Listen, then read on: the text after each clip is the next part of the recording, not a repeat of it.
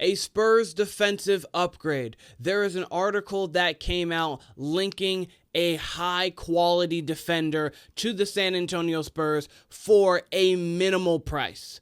And we are going to break that down here on Spurs Digest with your host, Keenan Warner. And we are climbing close to 2,000 subscribers, and we couldn't appreciate you guys more. For the people who have subscribed, thank you. For those who are watching this and thinking about it, take a spur of the moment, get every Spurs moment, and you'll see and you can grow with this community and what we're building here at Spurs Digest. But swirling NBA rumors suggest Lakers could target $36 million center via trade.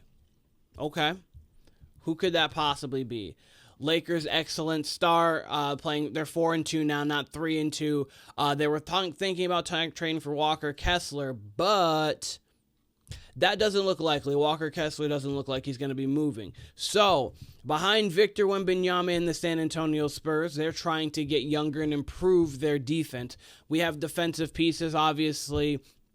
Devin Vassell can play defense once he comes back. Victor Wembanyama, the leading candidate to get Defensive Player of the Year. He just had the 5x5 game, which only a couple other players in history have done it multiple times, and he's only in year 2, so it's like only like a once-a-year tradition for him. 5 steals, 5 blocks, rebounds, assists, and points, which is a crazy stat line. They signed Zach Collins, $36 million through 25-26, and then they could be interested in trading him before that, and absolutely the Spurs would be interested in trading him before that if the right package came up. The right package in being Jarred Vanderbilt and a young player in Max Christie. And I understand that people are probably thinking to themselves, why would we get Jarred Vanderbilt? He is not healthy. He does get injured quite often, but why would we get him? I mean, the Spurs, you would have to manage your expectations with Vanderbilt. Elite defender, but often is injured. And then you got the 21-year-old Christie. He can shoot. 37% three-point shooter. We're going to break down his numbers here a little bit more going forward. But he spaces the floor for Tre Jones, Chris Paul, Malachi, Blake. He gives space.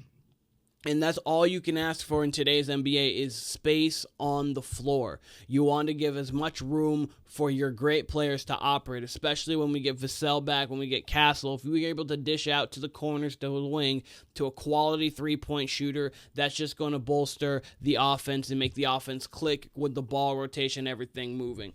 And Zach Collins, we think to ourselves, okay, Zach Collins, quality center. I know he has been up and down via the trade talks with him, but right now it's 5 points, 4 rebounds. He's shooting great from the three-point line on a minimal sample size, but hey, he's still making the shots that he's taking. That's all you can ask for. But between Charles, between City, we have other people who can, Sandro, we have other people who can fill in big roles and fill in even like higher quality minutes off the bench when you're giving a spell for Victor Wembanyama. We don't need that specifically.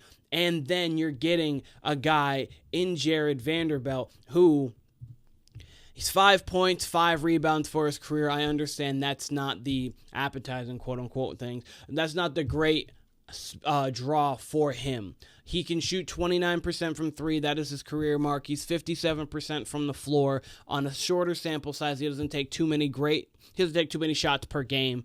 But Jarred Vanderbilt, the reason why you would want a guy like that is this right here, his 112.3 defensive rating. And I understand you seeing that number doesn't mean a whole lot for you, but when you break it down and you look at comparatively to what the NBA has over the last few seasons, it's the last couple seasons that is much above the average defensive rate for the NBA.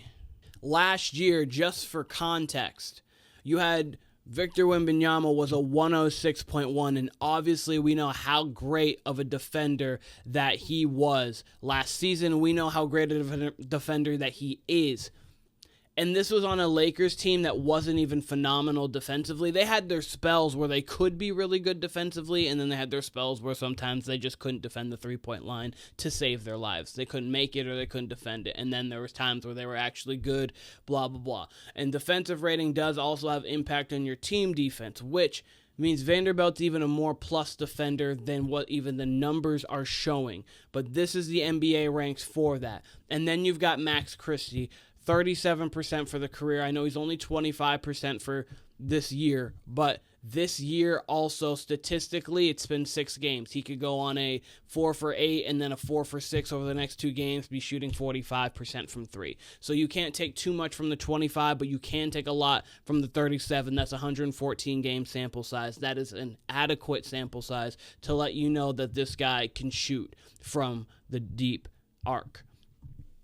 You've got Jarred Vanderbilt. You've got Max Christie. You've got another defender to pair along, 6'8", 214 to go along. You have now Harrison Barnes, who can play some defense. Julian Champagnie, whose defense is fine. He's nothing special defensively, but he has a bigger body, a little quicker.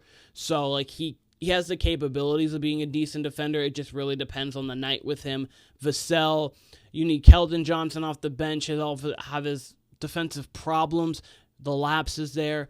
Getting another elite defender to go along with Victor Wembanyama, especially one that can be on the outside and kind of switch to the inside, would pay dividends for the San Antonio Spurs. And I understand that Zach Collins is a quality player. He understands the system. Pop does seem to like him, but we can replace him. He is not an irreplaceable piece on this roster. We've got 3 of those, in my opinion. That would be Wemby, that would be Vassell, that would also be Stephon Castle. And I really like what Jeremy Sochan, I didn't mention Sochan when I was talking defensively, but a Sochan, Vanderbilt, and Wemby defensive front court, that's looking real nice, especially with Stephon Castle and Vassell in the backcourt. Try scoring on that 5. That 5 would be one of the best defensive units in all of basketball. But let me know what you guys think. Do you think Zach Collins moving would be a good move, a bad move? And if he was to move, do you think Jarred Vanderbilt would be the guy you would want to go after? Or do you think that you could get possibly something else for Zach Collins? We don't know his trade value, but it's something that we'd like to see. But this has been Spurs Digest with Keenan Warner.